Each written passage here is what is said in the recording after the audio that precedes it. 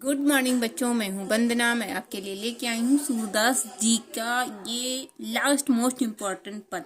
बच्चों, सूरदास के पदों में जितने मोस्ट इम्पॉर्टेंट पद थे वो मैं आपको पढ़ा चुकी हूं। ये उसमें से आखिरी पद है।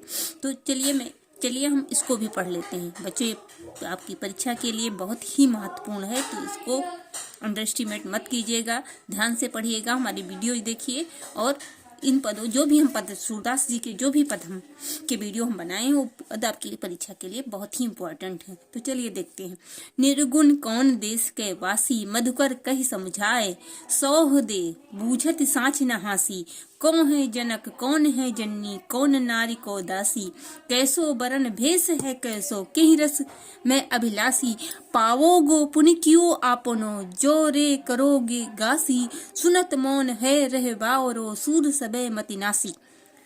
गोपियां कहती हैं उद्धव जी से कि हे उद्धव, आप कह रहे हैं कि निर्गुण ब्रह्म की उपासना करो, तो जरा हमको ये बताइए, निर्गुण कौन देश के वासी है? निर्गुण कौन देश के वासी कह रही हैं कि जरा हमको ये बता दीजिए, निर्गुण किस देश में रहते हैं? मधुकर कै समझाए, सौ दे बूझत साँच न हासी। यहाँ पर मधुकर का मतलब उद्धव है। हे मधुकर, हमको जरा समझा दीजिए, हम कसम दे रहे हैं आपको, हम शपथ दे रहे हैं कि आप हमको जरा समझा दीजिए, हमारे साथ बूझत साँच न हासी, हमारे साथ मजाक मत कीजिए। कौन है जनक, कौन इनके पिता हैं, कौन है जननी, कौन इनकी माता है, कौन नारी, कौन इनकी पत्नी है और कौन इनकी दासी है? हे मधुकर, हे उद्धव, हमको जरा समझा के बताइए, हम आपको शपथ दे रहे हैं, हमारे साथ मजाक मत कीजिए। कौन इनकी माता है, कौन इनके पिता हैं, कौन इनकी पत्नी है और कौन इनकी दासी है? कैसो बरन भेष है कैसो, कैसा इनका रूप रंग है, कैसा इनका भेष है, किस प्रकार के वस्त्र धारण करते हैं, किस रस में अभिलाषी, कौन सा रस में इनको प्रसन्नता मिलती है, किस रस की इनको इच्छा होती है, किस रस की इनको अभिलाषा होती है। पाओगे पुन क्यों आपनो, जो रे करोगो गासी। गोपियां कहती हैं, पूछ पूछ के थक गई हैं, अब वो कह रही हैं कि हे उद्धव, अगर हमारे साथ आप छल कर रहे हैं, धमकी दे रही हैं, कह रही हैं अगर आप हमारे साथ छल कर रहे हैं तो आपकी अपनी करनी की सजा आपको जरूर मिलेगी। सुनत मौन हवे रहे बावरो। इतना सुनते ही उद्धव जी मौन हो गए। सुनत मौन है रहे बावरो, सूर सबे मतिनासी। इतना सुनते ही उद्धव जी मौन हो गए, उनका समस्त ज्ञान धरा का धरा रहे। वो गोपियों के प्रेम को देख के बावरे हो गए। सूरदास जी कह रहे हैं उनकी सभी बुद्धि, सारा अहंकार नष्ट हो गया है।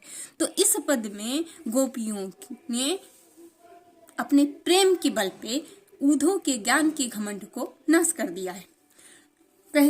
चलिए एक बार इसके अर्थ को एक बार और देख लेते हैं। निर्गुण कौन देश के वासी। गोपियां कहती हैं कि हे उद्धव, आप कह रहे हैं कि निर्गुण की उपासना करो, लेकिन ये निर्गुण किस देश के वासी हैं? ये कौन से देश में रहते हैं? मधुकर कहि समझाए, सौह दे बूझत साँच न हासी। हे मधुकर, हे उद्धव, सच सच बताओ, हम आपको शपथ दे रहे हैं, मेरे साथ मजाक मत करो।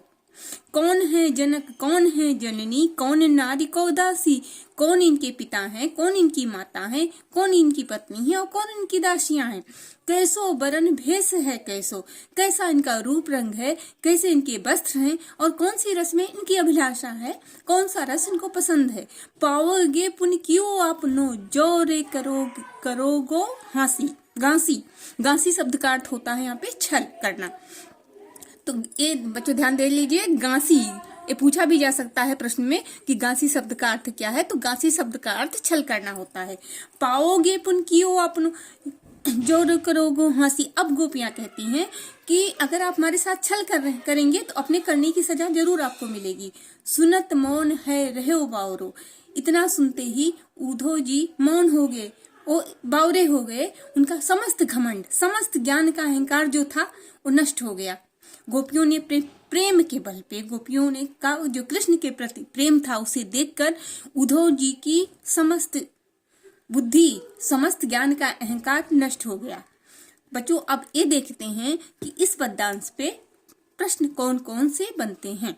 तो पहला प्रश्न आपका बन रहा है, प्रस्तुत पद्यांश में कौन किससे प्रश्न कर रहा है। प्रस्तुत पद्यांश में कौन किससे प्रश्न कर रहा है? तो इसका उत्तर है, प्रस्तुत पद्यांश में गोपियां उद्धव से प्रश्न कर रही हैं। प्रस्तुत पद्यांश में गोपियां उधो से प्रश्न कर रही हैं।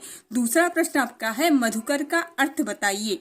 तो मधुकर का अर्थ होता है उधो। यहाँ पे इस पद में मधुकर का अर्थ उधो कहा गया है, जबकि मधुकर का शाब्दिक अर्थ भौरा होता है। प्रस्तुत पद्यांश का संदर्भ लिखिए। तो बच्चों संदर्भ वही है कि प्रस्तुत पद्यांश हमारी पाठ्य पुस्तक काव्य खंड के पद नामक शीर्षक से उद्धृत है। इसके लेखक, इसके रचयिता सूरदास जी हैं। नेक्स्ट प्रश्न आपका बन रहा है प्रस्तुत पद्यांश में रस छंद अलंकार बताइए। तो इस पद्यांश में बच्चों रस वियोग श्रृंगार है, छंद गेय पद है, अलंकार अनुप्रास है और भाषा इसकी ब्रज, गुण इसका प्रसाद है। और एक प्रश्न और बन रहा है गांसी व बरन शब्द का अर्थ बताइए। तो गांसी शब्द का अर्थ छल और बरन का अर्थ रंग होता है। तो बच्चों ये पद बहुत ही इंपॉर्टेंट है, इसको पढ़िए और बहुत ही ध्यान से पढ़िए क्योंकि परीक्षा में पूछा जा सकता है।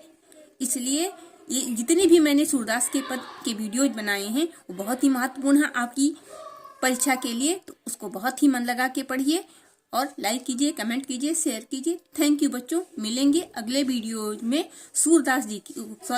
तुलसीदास जी के साथ। Thank you.